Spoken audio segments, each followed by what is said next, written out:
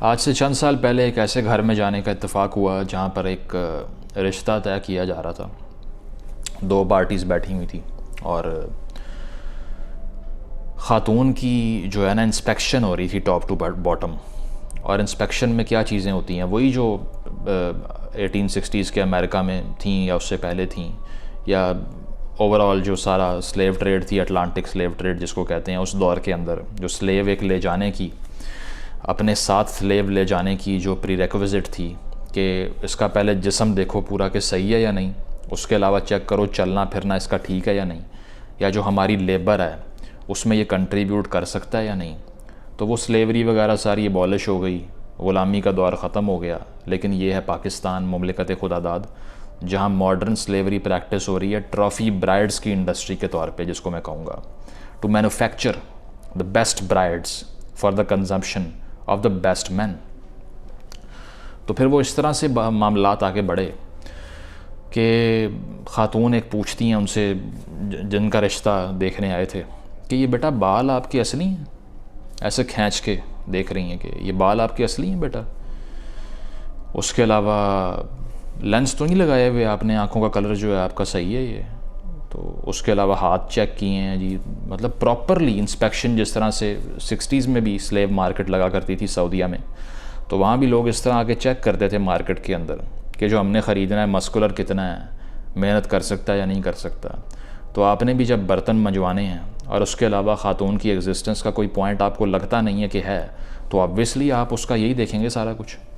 आपने ये थोड़ी देखना है कि उसके दिमाग में क्या है, आपने उससे आइडियाज़ थोड़ी डिस्कस करने हैं, आपने उसका विज़न थोड़ी देखना है, आपने उसके गोल्स थोड़ी पूछने हैं। आप तो यही देखेंगे सिर्फ कि इसका रंग कैसा है, या इसके बाल किस रंग के हैं, या एक्सटेंशन तो नहीं लगाई हुई इसने, कहीं विग तो नहीं लगाई हुई, सारा कुछ।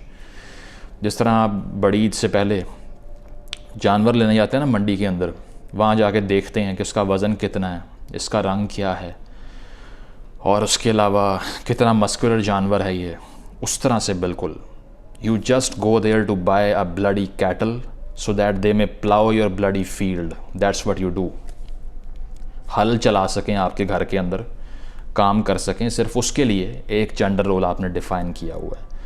तो इस तरह से सिलेक्शन होती है ट्रॉफ़ी ब्राइड की, और इसमें सबसे प्राइम किरदार ये होता है कि आपकी स्किन के नीचे पिगमेंट कितना है जिससे वो चमक उठ रही है आपकी स्किन, और चिट्टे कितने हैं आप। तो जितनी गोरी ब्राइड होगी उतना रेट लगेगा, उतने बड़े घर से रिश्ता आएगा, उतना बड़ा एक सक्सेसफुल लड़का उसके पीछे आएगा, क्योंकि वो कहेगा देखो मेरे बच्चे भी प्यारे होंगे अगर ये प्यारी है तो। He doesn't give a shit about what kind of a person she is, he doesn't give a shit about what is the ideology of that particular girl, doesn't give a shit कि उस लड़की से उसका mental sink होता है या नहीं होता, सिर्फ शक्ल की बेस पे। वो अगर आपने किसी जानवर की ब्रीड ख़रीदनी हो तो आपको अक्सर लोग व्हाट्सएप करते हैं या OLX पे ऐड लगे होते हैं कि ये देखो तस्वीर, उस तस्वीर की बेस पे फ़ैसला होता है कि आपने ये जानवर ख़रीदना या नहीं ख़रीदना। Same goes for the women, same goes for the women hair, कि सिर्फ तस्वीर आती है कि लड़का लंदन में बैठा हुआ है और लड़की की तस्वीर पाकिस्तान से गई, उसने कहा okay done, she is tall, I am ready. ये है ये मुआशरा जहाँ पर अब भी स्लेवरी की वो फॉर्म प्रैक्टिस हो रही है जिसको दुनिया यकीन भी नहीं करेगी अगर वो आके डायनामिक्स देखे कि यहाँ चल क्या रहा है। तो इस तरह से उन्होंने एक एक चीज़ की इंस्पेक्शन की और उसके बाद फ़ैसला किया। जो भी हुआ वो तो ऑन द कॉन्ट्ररी इररेलेवेंट है। बताने का मकसद ये है कि पाकिस्तानी मुआशरे का हर घर एक ट्रॉफ़ी ब्राइड पैदा करने की इंडस्ट्री है, फैक्ट्री है, जहाँ पर ट्रॉफ़ी ब्राइड कैसे पैदा होती है कि बचपन से उसके दिमाग में डाला जाता है कि तेरी सारी मौजूदगी, तेरी पैदाइश, तेरी एग्जिस्टेंस का मकसद सिर्फ़ एक है कि तूने अच्छी बहू बनना है किसी और की। बेटा ये तेरा घर ही नहीं है, तूने तो दफ़ा हो जाना है यहाँ से। तो इसीलिए यहाँ पर अपना दिल ना लगा, ठीक है, और कोई रोल अपने लिए मत सोच। अपने आप को किसी प्रोफेशनल कैपेसिटी में सोचने की ज़रूरत नहीं है, अपने गोल्स को परसू करने की ज़रूरत नहीं है। तालीम हासिल करने के पीछे पागलों की तरह भागना, स्कॉलरशिप लेना, ठीक है, कोई टेक्नोक्रेटिक एजुकेशन लेना, कोई स्किल सीखना, that should not be the goal of your life, because you just have to sleep with someone soon by a contract. तो इसीलिए सिर्फ एक रोल अपना पूरा करना है, और उसके लिए क्या करना है कि बचपन से बनाओ सिंगार की तरफ लगाना है, ठीक है। बचपन से सिखाना है कि अपने बॉडी पार्ट्स का ख्याल रखो। बाल नहीं होने चाहिए जिस्म के ऊपर, साफ़ सुथरे रहना चाहिए। अगर मेहमान आए तो खामोशी से बैठना, किसी बात का जवाब नहीं देना, ताकि उनको पता चले कि इसके दिमाग में भूसा भरा हुआ है, या आपको किसी बदतमीज़ी का, किसी हरासमेंट का, किसी बोलिंग का जवाब नहीं देगी। इसीलिए she is the best candidate to be your slave so that you can on it someday. तो ये चीज़ है कि आपने बिल्कुल रोबोट बन जाना है, जिस तरह ऑर्डर दिया जाए उस तरह चलना है, उस तरह करना है। और चाल वगैरह आपकी ठीक होनी चाहिए, आपकी अपीयरेंस अच्छी होनी चाहिए, बनाव सिंगार करके रखना है। और उससे बेचारी वो ख़वातीन ऐसे डोमेस्टिकेट होती हैं मेंटली कि स्टॉकहोम सिंड्रोम का शिकार होके मैंने देखा है कि सिवाय शादी के उनके मुंह पे कोई बात ही नहीं होती। उन्हें ये आइडिया ही नहीं होता कि how great this life is. देखो ऊपर आसमान की तरफ, या देखो कितना बड़ा कैनवस है ज़िंदगी का, या ये देखो कि कितनी हज़ारों चीज़ें तुम कर सकती थी जो तुम नहीं कर पा रही। तुम्हारे पोटेंशियल सारे पानी में बह गए, दरिया बुर्द हो गए, तबाह हो गए। किसी ने देखे भी नहीं कि तुम्हारी पोटेंशियल क्या थी। तुम्हें सिर्फ एक रोल में फ़िट किया और एक ग़ुलाम की तरह निकाल दिया घर से कि जाओ दफ़ा हो जाओ यहाँ से। मैं बिल्कुल भी ये बात नहीं कर रहा कि शादी नहीं करनी चाहिए, माइंड यू। मैं बिल्कुल ये नहीं कह रहा कि शादी करना, बच्चे पैदा करना गलत चीज़ है, माइंड यू। मैं ये कह रहा हूँ कि इंसान की एग्जिस्टेंस को कन्फाइन कर देना और सिर्फ ये बताना कि तुम पैदा ही इसलिए हुई हो कि तुमने ट्रॉफ़ी ब्राइड बनना है, this is utterly sick to the core. ये सिक हरकत है, क्योंकि इससे आपने अपनी आधी आबादी की 90% परसेंटेज को सिर्फ एक काम पे लगा दिया है कि एक डोमेस्टिक रोल प्ले करना है। और उससे माशाल्लाह नेशनल लेवल पे आप कहाँ खड़े हुए हैं। आज का वो दौर है जब ख़वातीन स्पेस में जा रही हैं, नेशंस को लीड कर रही हैं, बायोटेक इंजीनियर्स बन रही हैं, ठीक है। उसके अलावा बड़ी बड़ी टेक कंपनीज़ की CEO बन रही हैं। कितने कितने बड़े रोल मॉडल हैं ख़वातीन की बात की जाए तो, नेशंस को लीड कर रही हैं। हम यहाँ पे क्या कर रहे हैं कि सिर्फ एक ट्रॉफ़ी ब्राइड की इंडस्ट्री बनाई हुई है। अखबारों में इश्तिहार आ रहे हैं, चिट्टा रंग होना चाहिए, वज़न इतना होना चाहिए, डिग्री ये होनी चाहिए। इस तरह से ख़रीदो फ़रोख्त जानवरों की जारी है इस 21वीं सदी के अंदर।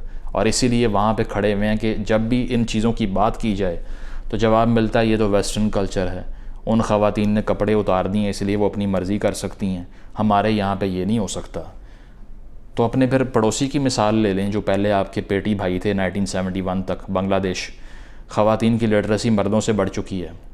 उन्होंने अपनी लेबर फोर्स को मोबिलाइज़ किया, उनको इंडिपेंडेंट किया इकोनॉमिकली, और आज वो लीड कर रहे हैं in terms of GDP growth इस सारे कॉन्टिनेंट के अंदर। और आप यहाँ पे खड़े हुए IMF से भीख मांग रहे हैं। अगर आपको लगता है कि इसका सिर्फ एक फैक्टर है और कोई नहीं है, कि सियासतदान सही नहीं है, तो आप बिल्कुल जाहिल हैं, ठीक है। आपको मालूम नहीं है कि ये सोशल फैक्टर किस तरह कंट्रीब्यूट करते हैं नेशनल लेवल के ऊपर। तो ये चीज़ है कि ये सारी इंडस्ट्री हमारे वालिदैन ने क्रिएट की है, and they are the culprit. मुजरिम है वो इस बात के कि उन्होंने अपनी ख़वातीन को सिर्फ ये सिखाया है कि तुम्हारा मकसद सिर्फ ये है कि कोई आएगा, रेट लगाएगा तुम्हारा और तुम्हें ले जाएगा, बस, और कुछ भी नहीं है। और बेस्ट से बेस्ट कैंडिडेट अगर किसी को मिल गया तो वो उसकी कामयाबी है। मतलब मैंने देखा है कि ख़वातीन के हलकों के अंदर अगर एक लड़की का अच्छे घर में रिश्ता आ गया और वहाँ शादी हो गई, ये बाकी जेलसी से मर जाती हैं कि यार ये क्या हो गया। मतलब they have a good career now. उनको करियर का कोई और डेफिनेशन आती नहीं है सिवाय इसके कि किसी अच्छी जगह से उनको रिश्ता आ गया। तो इतना स्लेविश एटीट्यूड है, ये इतना स्लेविश एटीट्यूड है कि इस इंडस्ट्री की जो कोर है ना, वो वही स्लेवरी है, या जो मिडल एजेस में, डार्क एजेस में हो रहा था, पाकिस्तान में 21वीं सदी में हो रहा है, और कोई पूछने देखने वाला नहीं है इस बात को। तो ख़वातीन को ये सोचना पड़ेगा कि ये शादी शादी शादी की जो रट है ना, ये आप तब लगाइए जब आपको लगे कि हाँ this is the time that I should do it. ये आप तब लगाइए जब आपका दिल हो इसके अंदर।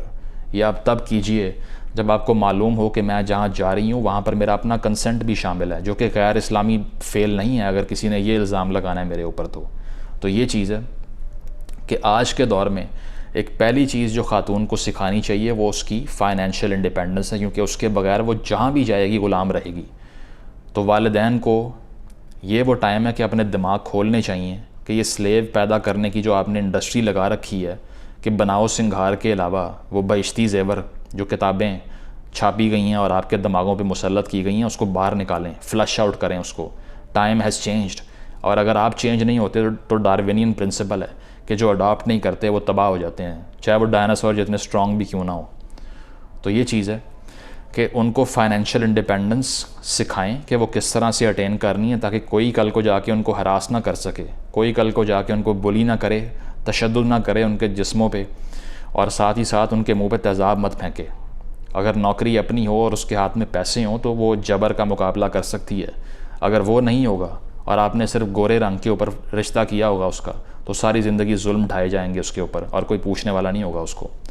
So this is what you need to tell your children, especially the female children, that you have to stand up for yourself, work for yourself, and there is more to your essence than just being a trophy bride.